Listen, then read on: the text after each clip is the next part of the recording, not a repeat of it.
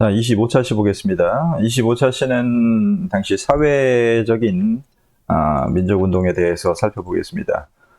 당시 사회적인 민족운동은 크게 세 파트로 나뉩니다. 첫 번째는 여성운동, 쉽게 얘기하면 페미니즘 운동이죠. 페미니즘 운동. 당시 조선시대가 끝난 지 얼마 안 된 상황이었기 때문에 여성들에 대한 차별이 굉장히 심했었던 상황에서 이런 여성들의 권리를 찾으려고 했었던 운동이 일어나게 되죠. 첫 번째고, 그다음에 두 번째는 청년운동입니다. 청년운동. 세 번째는 소년운동. 어린이를 좀 무시하지 말고, 조선시대 직후였었기 때문에 굉장히 권위적인 사회였었고, 그래서 어린이나 청년들을 하나의 도구로 보거나 자기 아래로 보는 그런 상황이 만연해 있었었죠. 여러분들처럼 지금 행동했었으면 이때는 완전히 그냥 난리 났었어, 온 사회가. 지금 우리 2학년처럼 행동했다. 사회적인 매장이야, 매장, 그거는.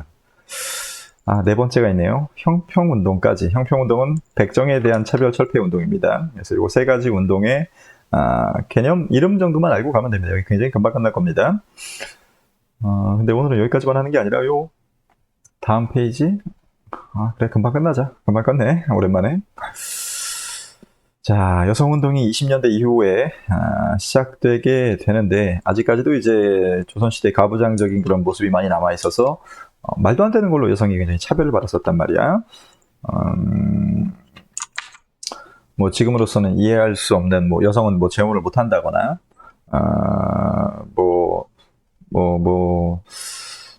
굉장히 많았지. 뭐 19금인지만 19금이라기보다 어쨌든 여성은 뭐 성관계를 뭐 자유롭게 할 수 없다거나 이혼하면 여자만 욕먹는다거나 하는 그런 식으로 여성이 말도 안 되게 차별을 받았었던 시대였었기 때문에 여성운동이 등장하는 것은 어찌 보면 좀 당연했었죠. 그래서 당시 신식교육을 받았었던 신여성들이 등장을 하고 있었고, 이 신식교육의 제일 대표적이었었던 곳이 바로 이화학당입니다. 이화학당, 유관순이 나왔었던 이화학당을 중심으로 해서 양성평등 운동이 주장되기 시작하죠. 그래서 이런 신식교육을 받았었던 여성들을 중심으로 해서 만들어진 단체가 바로 근우회라고 하는 단체입니다. 근우회. 근데 이 단체의 특징은 민족주의 계열의 여성들과 사회주의 계열의 여성들이 같이 힘을 합쳤었던 신간회랑 비슷한 자매단체입니다. 신간회의 자매단체, 즉 여성계의 유일당 운동이자 민족협동 전략을 추구했었던 단체라고 보면 됩니다. 얘네들도 국내 각 지역에 지회를 두고 있었고, 그리고 도쿄 간도에도 지회를 두고 있는 지회 중심의 활동을 하고 있었고, 신간회랑 똑같아. 여자 신간회라고 보면 돼. 여성 신간회. 그다음에 기관지인 근우라고 하는 잡지를 발행했었습니다. 당시 이게 근우라고 하는 잡지입니다. 이게 잡지. 창간호 1929년도에 창간이 됐었고, 혁명은 부엌으로부터. 여성운동이죠. 여성운동.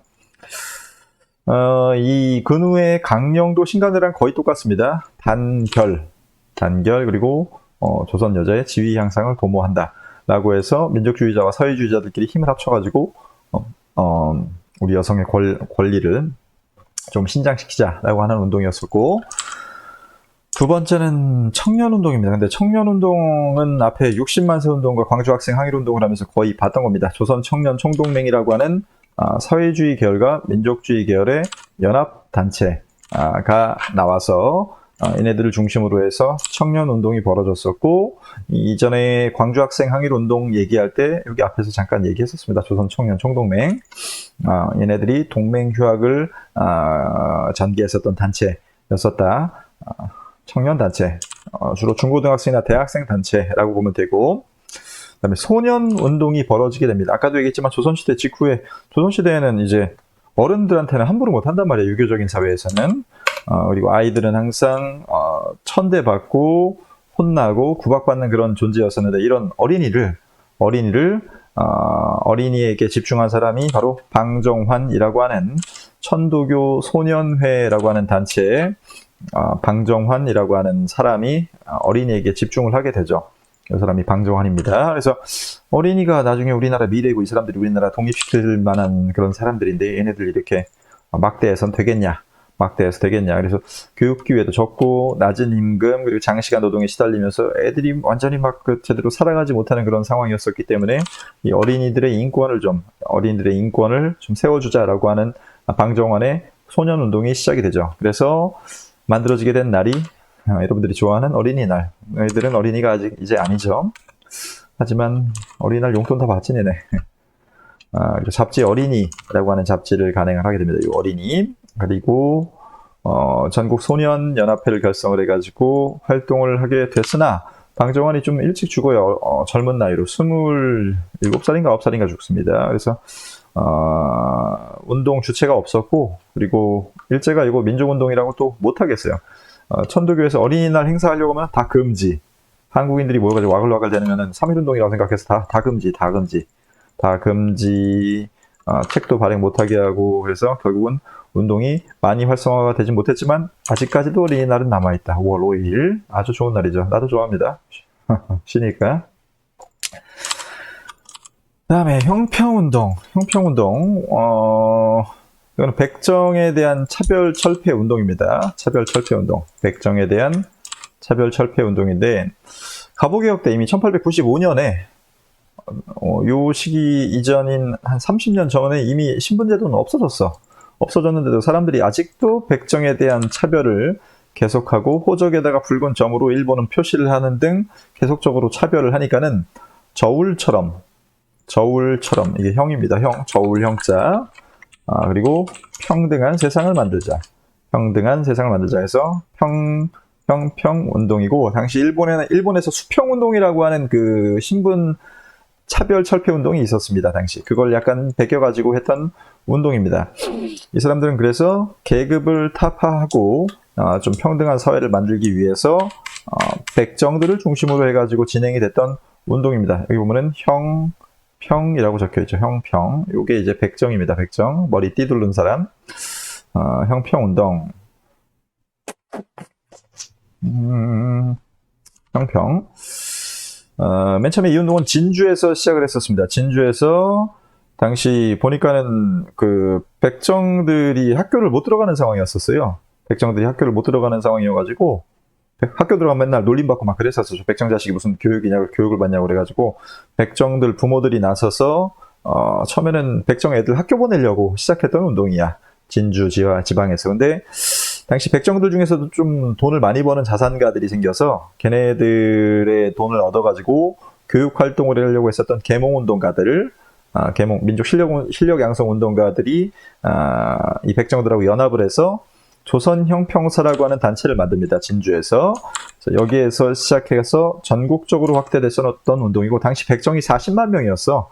40만 명. 적게는 40만 명 정도, 40만 명, 50만 명 막 그렇게 됐었는데 걔네들의 차별을 철폐하자라고 하는 운동으로 전개됐었고 처음에는 이제 차별철폐 운동, 사회운동으로 시작했다가 나중에는 항일운동으로 발전되기 시작하자 나중에 일본이 단합하면서 해체됩니다. 여기까지가 사회적인 차별철폐운동, 여성차별철폐, 아이들 차별철폐, 백정차별철폐 운동 3가지를 봤습니다. 자, 일제강점기에는 가부장적인 악습이 아직은 남아있었다.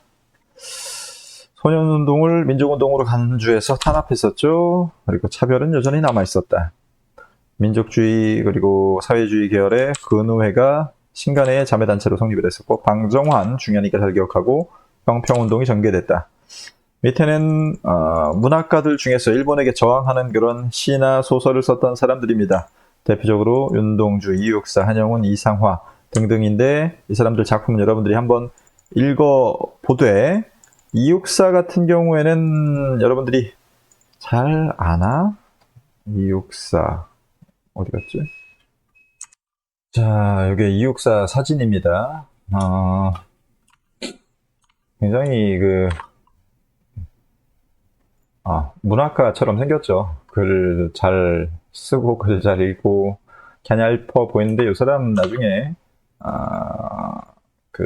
항일 무장투쟁 단체, 그러니까 실제로 총 들고서 싸웁니다. 일본이랑 실제로 총 들고서 전투까지 참여하는 그런 경력이 있는 사람입니다. 참고로 이육사는 요거는 죄수번호죠. 죄수번호 264번. 본명은 이원록입니다. 이원록, 이육사. 동방의 하늘도 다 끝났고 일제강점기로 우리나라 망했다는 거죠.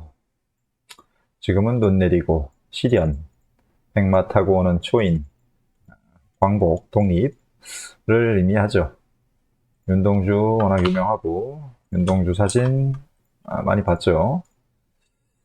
윤동주 사진 많이 봤었고 심훈 심훈은 여기 잠깐 나오네요. 심훈 상록수라고 하는 소설에서 분하로드 운동을 소재로 한 상록수라는 소설을 썼었고 김소월 진달래꽃이라고 하는 소설 이상화 빼앗긴 드레드 봄은 오는가 여기 이 시를 쓴 사람이고 한용운 민족대표 33인으로서 불교 대표로 참가를 했었고 님의 침묵이라고 하는 시를 썼었죠. 이런 민족운동가들이 많이 있다. 민족 문학가들이 많이 있다. 교과서에 보면은 친일파 문학가들도 꽤 나오던데